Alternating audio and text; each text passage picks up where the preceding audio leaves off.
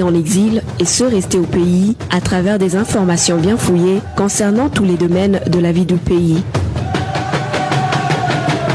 Le magazine Humura Burundi est diffusé sur le web via le site de la RPA www.rpa.bi. Humura Burundi.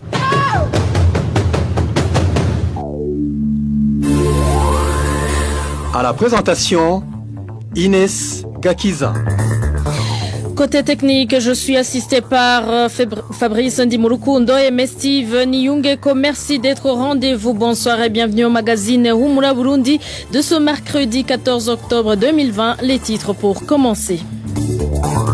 Reprise des entraînements paramilitaires des Imbonerakure en commune Gisuru de la province Ruyigi. Les membres de cette ligue du parti au pouvoir bénéficient de ces formations depuis 2 semaines. Le chef de poste de la zone Moussaga accusé de racketter les conducteurs de véhicules de transport. Ceux qui manquent l'argent leur exigé sont emprisonnés. Et enfin, le Premier ministre promet des sanctions personnelles de la Régie des eaux s'ils ne rehaussent pas leur production. Un mauvais rendement pourtant dû à des facteurs externes. Les défend le ministre de tutelle. Tout de suite, le développement de ces titres. Encore une fois, bonsoir et bienvenue.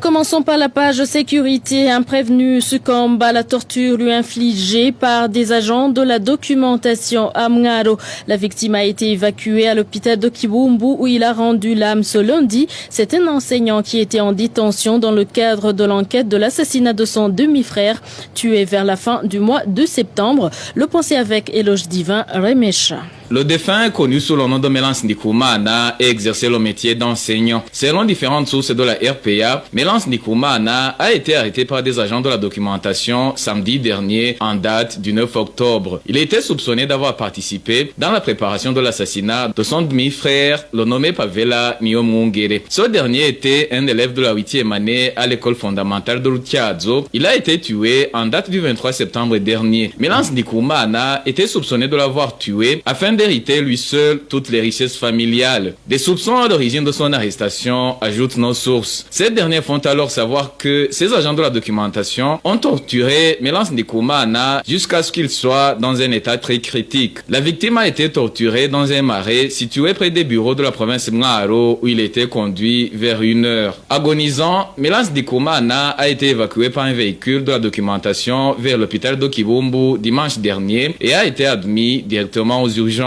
Lundi, Mélance Ndikumana est décédé. Son père, triste, a saisi le gouverneur d'Omngaro pour lui supplier de faire des enquêtes sur les agents de la documentation qui auraient torturé son fils. Des tortures qui lui ont valu la mort alors qu'il devrait être mis devant les juges, a déclaré le père du défunt. Le gouverneur aurait téléphoné au Bureau national de la documentation pour recevoir plus d'éclaircissements, précisent les mêmes sources. Le directeur de la documentation intérieure, Emmanuel Ndaïdziga, a effectué une descente ce mardi en province d'Omngaro pour s'enquérir de la situation. Nos sources révèlent que Emmanuel Ndaïdziga s'est immédiatement dirigé vers l'hôpital de Kibumbu pour demander le dossier médical de Mélance Ndikumana. Un acte qui laisse penser que ce cadre de la documentation aurait l'intention de fausser certains éléments comme la cause du décès qui pourrait incriminer les agents de la documentation. Les coupables sont connus, aucune raison ne justifierait qu'ils soient toujours en liberté s'il y avait volonté de rendre justice à cette famille, dénoncent nos sources. À ce propos, la RPA n'a pas pu joindre Emmanuel Ndaïdziga, le directeur de la documentation intérieure, de même que colonel Gaspard Gassanze,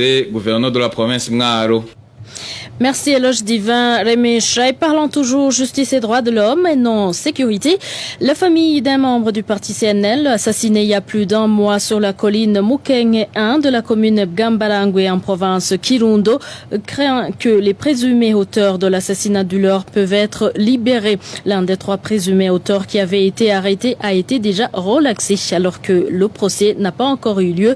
Nadej il a causé pour plus de détails. Consolate Kandava est l'une des personnes arrêtées, accusée d'avoir assassiné Machumi Juvenal, qui était membre du parti CNL dans le secteur Kabuburu de la colline Mukenge 1. C'était en date du 4 septembre 2020. Depuis ce mercredi, cette femme est en liberté, ce qui ne rassure pas la famille du défunt, qui la croyait toujours sous les verrous, comme le témoigne ce citoyen. Consolate Kandava a été relâché, mais ils ne nous ont rien dit. Au cachot, il ne reste que 2 hommes, à savoir Oscar Sekamana, qui est enseignant, et un autre du nom de Sylvestre Murunziza. À part la famille de la victime, même les autres citoyens de cette localité ont appris la mise en liberté de cette femme, car ils ont tué cet homme avant 19h. C'est-à-dire que tous les 3 l'ont battu à mort quand il rentrait chez lui. Les enfants ont été témoins de cette scène horrible. Ce qui inquiète aussi la famille de la victime, c'est qu'après plus d'1 mois, l'affaire en justice n'a pas progressé alors que les 3 personnes ont été arrêtées juste après l'avoir battu à mort. Normalement, il y aurait eu un procès de flagrance. La famille de la victime continue à demander que les auteurs de cet assassinat soient punis conformément à la loi. Nous demandons que les 3 personnes qui ont commis cet assassinat soient sanctionnées car on croyait qu'ils allaient être condamnés sur le champ dans un procès de flagrance du fait qu'ils l'ont tué à la vie des enfants. Machumi Juvenal a été assassiné par ces 3 personnes à coups de bâton. Au moment de leur arrestation, ces 3 personnes s'étaient défendues en disant qu'ils les avaient provoquées quand elles étaient au bistrot. Les 2 autres auteurs de ce crime sont incarcérés au cachot du parquet en commune Kirundo. À ce propos, nous avons essayé de joindre Gérard Nyokindi, le procureur en province de Kirundo, mais il n'a pas décroché son téléphone. Et je vous l'avais dit au début du magazine, formation paramilitaire depuis 2 semaines, des Imbonerakure de la commune Gisuru en province Ruyigi. Une situation qui inquiète les habitants de la localité. Ils demandent aux administratifs et aux chargés de la sécurité d'arrêter ces formations dans les meilleurs délais. Balthazar Miburu. Ces entraînements paramilitaires des Imbonerakure se déroulent sur le terrain de football de Korine Gachokwe, Musha, Kabingo, Nyabigabiro, Kabuyenge, Nende, Taba, Nyabitare et Nyamitaka, toutes de la commune Gisuru en province Ruyigi. Selon une source de la RPA à Ruyigi, ces entraînements ont débuté quelques jours après la réunion tenue par le responsable des Imbonerakure au niveau national à l'intention des Imbonerakure de cette commune où il leur a demandé d'être vigilant pour combattre les groupes armés qui se sont déjà infiltrés au pays. Cette source revient sur le type d'entraînement suivi par ces Imbonerakure. Les Imbonerakure continuent à faire des entraînements paramilitaires dans cette commune. Ils font ces exercices avec des fusils dans plusieurs localités dans la commune. Pour le moment, les habitants de ces collines sont inquiets et craignent que ces Imbonerakure ne s'adonnent au harcèlement de la population. Nous avons peur de ces entraînements paramilitaires des Imbonerakure. Plus étonnant encore, ils le font au vu et au su des agents de l'ordre, de défense et des administratifs. Nous avons tellement peur qu'un jour ces Imbonerakure ne s'attaquent à la population. Nous demandons au gouvernement de prendre en main cette question. Les habitants de cette commune demandent aux autorités habilitées d'arrêter ces entraînements avant qu'il ne soit trop tard. À ce propos, la rédaction de la RPA a contacté Gaden Yukuri, administrateur de la commune Gisuru, et le commissaire de police en province Ruyigi, mais personne n'a décroché son téléphone portable.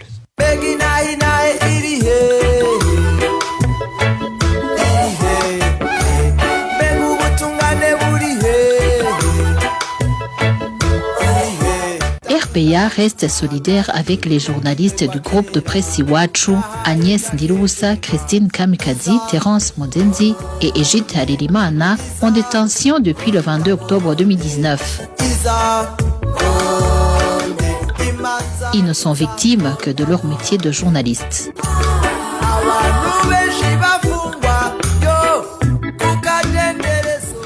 Et parlons santé à présent, un prématuré doit être mis immédiatement dans une couveuse ou être évacué vers un hôpital qui en possède à l'aide d'un véhicule approprié.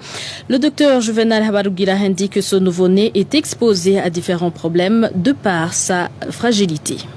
Les principales complications de la prématurité sont notamment l'apnée pendant ce voyage. Ça veut dire que l'enfant peut s'arrêter de respirer. Du moment que ses poumons, plus précisément ses alvéoles, n'ont pas l'équipement nécessaire pour la respiration spontanée, si bien qu'il faut de l'oxygène dans la voiture, ainsi que des mesures appropriées de réanimation des nouveau-nés. La deuxième complication, c'est évidemment lié à la température qui peut baisser dangereusement pendant ce voyage. Une fois que toutes les mesures ne sont pas prises pour garder l'enfant au chaud, l'enfant peut souffrir d'une hypothermie sévère mortelle. Troisième complication, évidemment, c'est aussi lié au risque d'infection néonatale parce que les conditions de transport ne permettent pas de maintenir un niveau d'asepsie et de propreté nécessaire.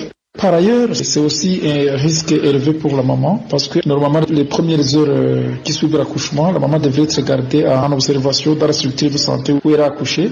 Et si besoin de transport il y a, elle devrait être transportée dans des conditions médicalisées parce qu'elle peut continuer à saigner et mourir de saignement en poste partout. Il y a pas mal de complications donc qui peuvent guetter à la fois le nouveau-né prématuré et la maman. C'est dans ce sens que l'ambulance diffère des voitures ordinaires de transport parce que l'ambulance étant une voiture médicalisée, qui dit voiture médicalisée suppose la présence de personnels soignants à bord, les équipements de réanimation de base, surtout pour le prématuré, notamment les outils de ventilation, l'oxygène, d'instruments adaptés, mais ça suppose aussi un niveau de propriété et de confort approprié à la maman et à l'enfant. Des outils de surveillance de son état de santé, des signes vitaux. La réaction du docteur Juvenal Habarugira est consécutive à l'alerte lancée par le personnel soignant de l'hôpital de Fouta en province Mungaro et par la population qui demande que cet hôpital soit doté d'une couveuse et d'une ambulance en cas de naissance prématurée. Ces derniers jours à cet hôpital, ce sont les parents du nouveau-né qui se débrouillent pour l'évacuer vers un hôpital qui possède une couveuse. Et le chauffeur de bus desservant l'axe centre-ville Moussaga dénonce le comportement du chef de poste de police en zone Moussaga qui ne cesse de les raqueter en leur exigeant de lui verser des pots de vin exorbitants. Révoltés, ces conducteurs demandent au chef hiérarchique de ce policier de le ramener à l'ordre en cas de violation du code de la route, que la loi en la matière soit appliquée. Rachel Kagissi. Le policier pointé du doigt par ses conducteurs de bus de transport se prénomme Jean Nepo. Selon nos sources, une fois la nuit tombée, il en profite pour leur soutirer de l'argent sous prétexte qu'ils ont emprunté essence soi-disant interdit. Un de ses chauffeurs témoigne. Chaque fois qu'il est en patrouille, il nous extorque de l'argent. Chaque chauffeur arrêté est directement conduit au cachot et n'en sort que moyennant paiement de 10 ou 20 000 francs burundais. Ce qui frustre plus ces conducteurs de bus de transport en commun, c'est que non seulement ce travail n'entre pas dans les prérogatives de ce policier, et poursuivent-ils, quand bien même il serait en tort, il devrait être puni conformément au code de la route. Si il arrête quelqu'un, qu'il l'amène devant l'OPJ afin que ce dernier puisse instruire son dossier au lieu d'emprisonner abusivement des gens. Parce que l'une des conséquences est qu'on peut croupir dans son cachot vu qu'on n'est même pas enregistré. Et si un membre de la famille vient te rendre visite ou s'enquérir de la situation, l'OPJ te renvoie chez le chef de poste, arguant que c'est lui qui est responsable de cet emprisonnement. C'est vraiment scandaleux. À ce propos, la rédaction de la RPA a plusieurs fois essayé de joindre Pierre Moulkier, porte-parole du ministère de l'Intérieur et de la Sécurité publique, mais ce dernier nous a, à chaque tentative, raccroché au nez. Merci à toi aussi, Rachel Kagissier.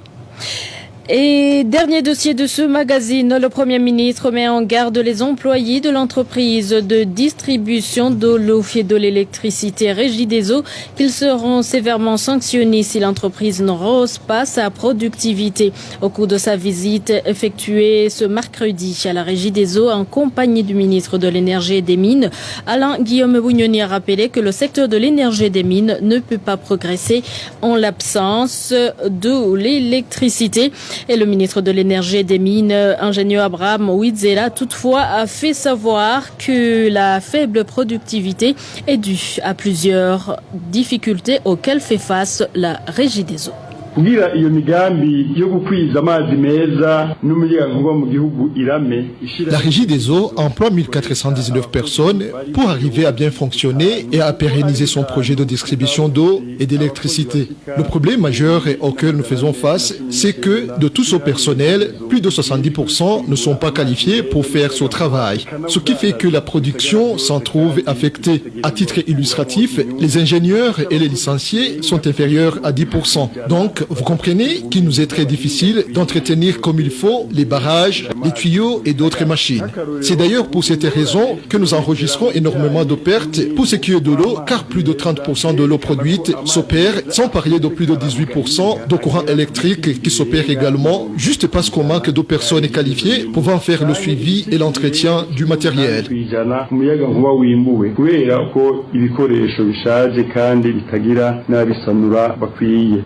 Le ministre de l'Énergie et des Mines a été traduit en français par Vicky Chris. Ninelete, voilà, fidèle de la RPA, c'est par ici que nous mettons point final à ce magazine.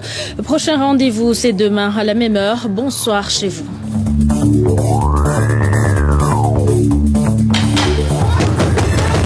C'était le magazine Humura Burundi. Un magazine comprend pour relier les Burundais en exil et c'est toujours au pays à travers une information de qualité.